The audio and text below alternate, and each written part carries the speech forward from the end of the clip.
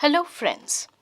Today we will be discussing the Lok Sabha or the lower chamber of the Indian Parliament. The House of the People is commonly known as the Lok Sabha. It is the lower house or the popular chamber of the Indian Parliament. The members of the Lok Sabha are elected directly by the people. Unlike many other constitutions of the world, the total number of members in the Lok Sabha has to be elected or has been fixed by the Constitution of India. Originally, this number was fixed at 500. But with the 7th Constitutional Amendment and followed by the reorganization of the states in 1951, this number has been raised to 520. Later on, with the 42nd Constitutional Amendment Act, this number was further raised to 545. At present, the total number of members in the Lok Sabha happen to be 550. Of these 550 members, a maximum of 20 seats have been reserved for the members from the Union territories. The remaining 530 members are to be elected directly by the people from territorial constituencies of the different states. For the purpose of election, each of the state is being divided into a number of territorial constituencies based on its population, which is in proportion to the total population of all the states. And in addition to this, the President may nominate 2 members from the Anglo-Indian community if he or she feels that they are not adequately represented in the Parliament. Now let us see how the electoral arrangement for the Lok Sabha actually works in India. The members of the Lok Sabha are elected directly by the people. As being already stated, for the purpose of election, each state has been divided into a number of territorial constituencies based on its population. Constituencies are more or less of the same size with regard to its population. Now, while discussing the electoral arrangement of the Lok Sabha, it is equally worthwhile to mention the Article 81, which ensures uniformity of representation in 2 respects. Uniformity is being maintained in between the states, and secondly, uniformity of representation is to be retained so far as the territorial constituencies are concerned within a state. Now let us see how it is ensured in our constitution. To ensure the uniformity of representation, the Constitution provides that each of the states shall be allotted a total number of seats, and the ratio of this number will be in proportionate to the population as far as practicable, that it is same for all the states. Secondly, to ensure uniformity in representation, the Constitution further provides that each of the state is to be divided into a number of territorial constituencies based on its population, and the ratio between the seats allotted to these constituencies and the population is, as far as practicable, the same within the state. Now, while we were discussing about the electoral arrangement of the Lok Sabha, it becomes absolutely clear to us that the Constitution has abandoned the system of proportional representation. Instead, it has adopted a single-member constituency system with reservation of seats for the backward communities, namely the scheduled caste and the scheduled tribes.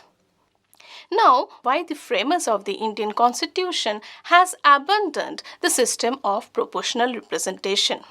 2 major reasons cited in this regard are the following. First of all, it has been argued that the system of proportional representation demands a vast rate of literacy. The rate of literacy in this respect is expected that the voter should be literate enough or voters should be literate to the extent of identifying the numerals and in marking them on the ballot paper, indicating their preferences. Now, this is almost a sheer myth in a country like India, where a vast section of the population happen to be illiterate. Secondly, the system of proportional representation is a misfit for a parliamentary system of government. One of the disadvantages of the system of proportional representation is the fragmentation of the legislature into various small groups. Now, this implies that whenever or any time a group is displeased with the governmental activities, then they might withdraw their support from the government, and in return the government will fall into pieces, which is again not desirable at a frequent level.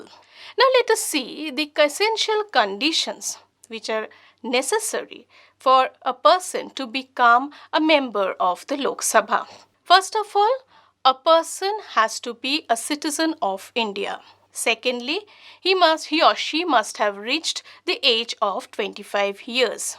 Thirdly, the person must have all the necessary qualifications as prescribed by the law of the parliament. And finally, the person must not be of unsound mind. Now, when the essential qualifications are being mentioned in the Constitution, it is well understood that the criteria for disqualifications would be mentioned as well. Let us examine the conditions when a member of the parliament can be disqualified. First of all, no person can become members of both the houses of the parliament or both the parliament and that of the state legislature. Secondly, it has been pointed out that if a member remains absent for more than a period of 6 weeks without prior permission of the House, then the person is liable to be disqualified. Thirdly, if a person occupies an office of profit under the government of union or of the state government, shall be liable to be disqualified. And finally, if the person voluntarily accepts the citizenship of any other country. Now, in pursuance with the qualifications as being mentioned above, or in pursuance with the Article 372, which dealing with matters on election, the Representation of People's Act of 1951 laid down certain essential criteria for disqualification of a membership. First of all, a member must not have been found guilty by a court or an election tribunal of certain election of offences or corrupt practices in the election. Secondly, he must not have been convicted by a court of any offence and sentenced to imprisonment for more than 2 years. Thirdly, he must not have failed to lodge an account of his election expenses within the stipulated time and in the manner as prescribed by the law. Fourthly, he must not have been dismissed for corruption or disloyalty from government services. Fifthly, he must not be a director or a managing agent, nor hold an office of profit under any corporation in which the government has any financial interest. And finally, he must not have any interest in government contracts, execution of governmental work or service. In fact, it is required for a candidate who wishes to stand for election to the Lok Sabha that he or she must not incur any of these disqualifications at a time of filing his or her nomination papers. Now let us see the term of the Lok Sabha. The normal term of the Lok Sabha is for 5 years. It begins from the date of its first meeting.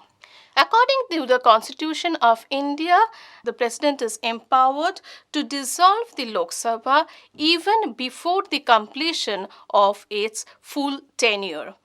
And the action on part of the President cannot be challenged in any court. The President is also empowered to extend the normal tenure of a Lok Sabha, and he can do so only when a national emergency is being declared throughout the country under Article 352. Now, here it must also be noted that the President cannot extend the period of the session of the Lok Sabha for more than 6 months once the emergency ceased to operate. Now let us examine the session of the House of the Lok Sabha. The Lok Sabha is expected to meet twice a year, and the in-between period of the Lok Sabha should be less than of 6 months tenure. The time and the date of the Lok Sabha, however, is to be fixed by the President of India, who summons the House. And it is the President of India who prorogues the House as well. The Lok Sabha, in order to have a session legally valid, requires a minimum number of members to be present in the House, which is also known as the quorum. The quorum of the Lok Sabha is 1/10 of the total strength of the House.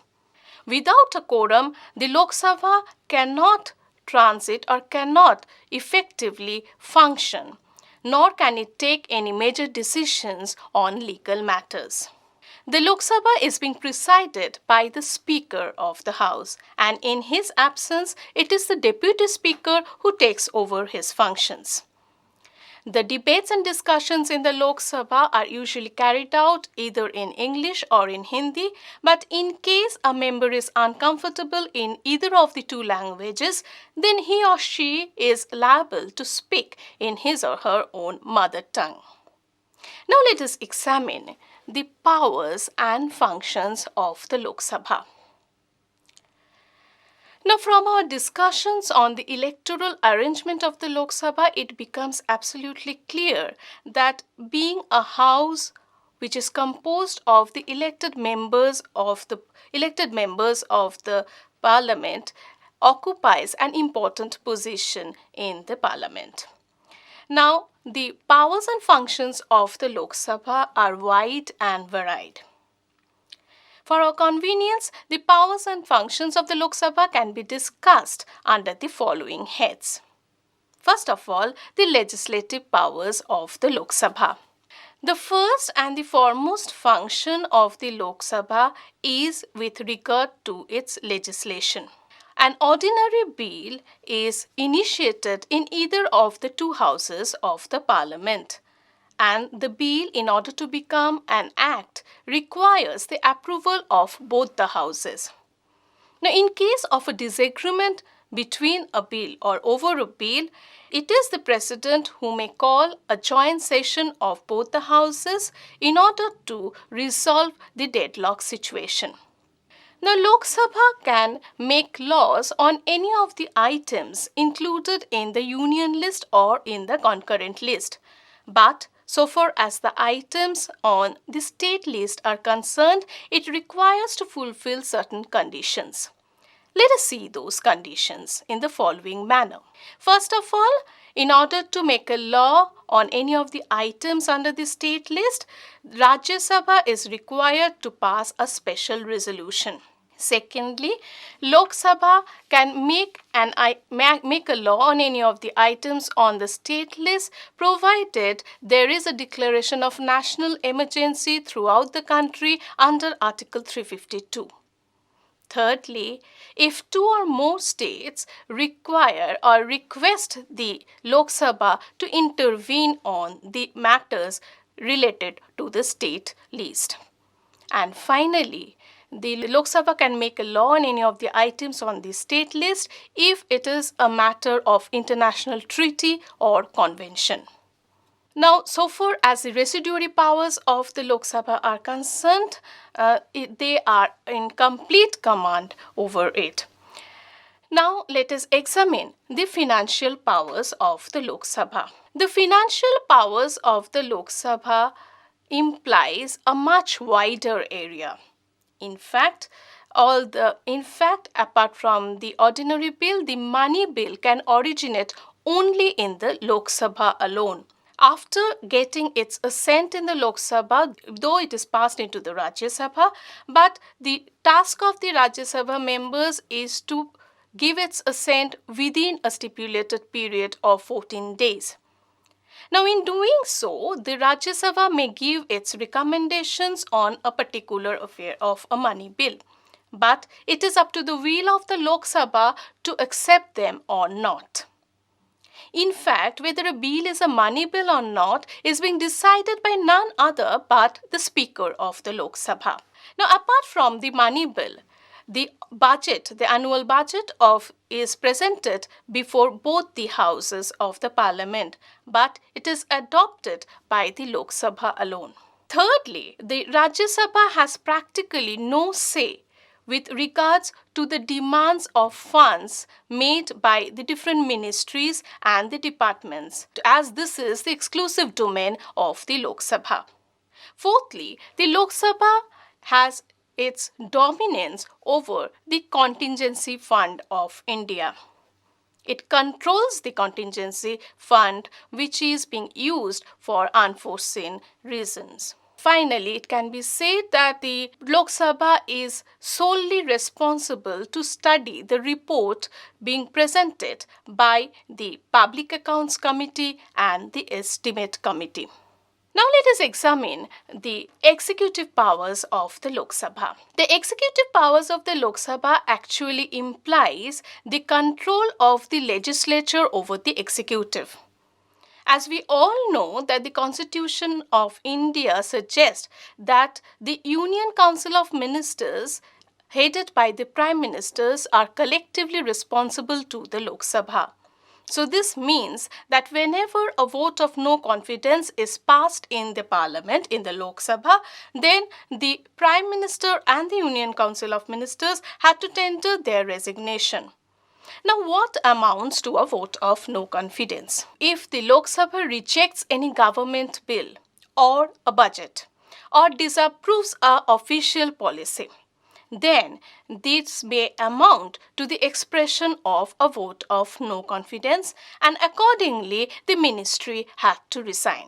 Now, apart from this, the legislature or the Lok Sabha has also several other devices to exert its control over the executive, like the calling attention motion, the questionnaire and subsidiary questions, the 0 hour, the question hour, tabling motions on matters of public importance for discussion, the no confidence motion, and so on. Now let us examine the judiciary powers of the Lok Sabha. The Lok Sabha shares equal authority with that of the Rajya Sabha in taking punitive actions against the outsider or a member committing a breach of privileges. Along with the Rajya Sabha, the Lok Sabha together can establish a high court in the union territory. And so far as the removal of the Chief Justice and the other judges are concerned, Lok Sabha shares equal authority with that of the Rajya Sabha in doing so. Now let us examine the powers related to the constitutional amendment. Lok Sabha plays a crucial role related to the constitutional amendments. It shares equal authority with that of the Rajya Sabha in this respect. Now, apart from these formal powers, Lok Sabha also has certain other miscellaneous powers. Let us examine them in the following manner. First of all, the Lok Sabha shares equal authority with that of the Rajya Sabha so far as the election and removal of the president is concerned. Secondly, the Lok Sabha elects the Speaker and the Deputy Speaker of the House. Thirdly, the Lok Sabha along with the Rajya Sabha can establish a court of martial law at the time of emergency for delivering judgment against offences committed by the civilians. Fourthly, both the houses is empowered to give its approval on the emergency which is being declared by the President of India. Fifthly, it is being pointed out that the Lok Sabha along with the Rajya Sabha must discuss on the reports given or submitted by the autonomous agencies like Union Public Service Commission, Minority Commission, Language Commission, Finance Commission, and so on.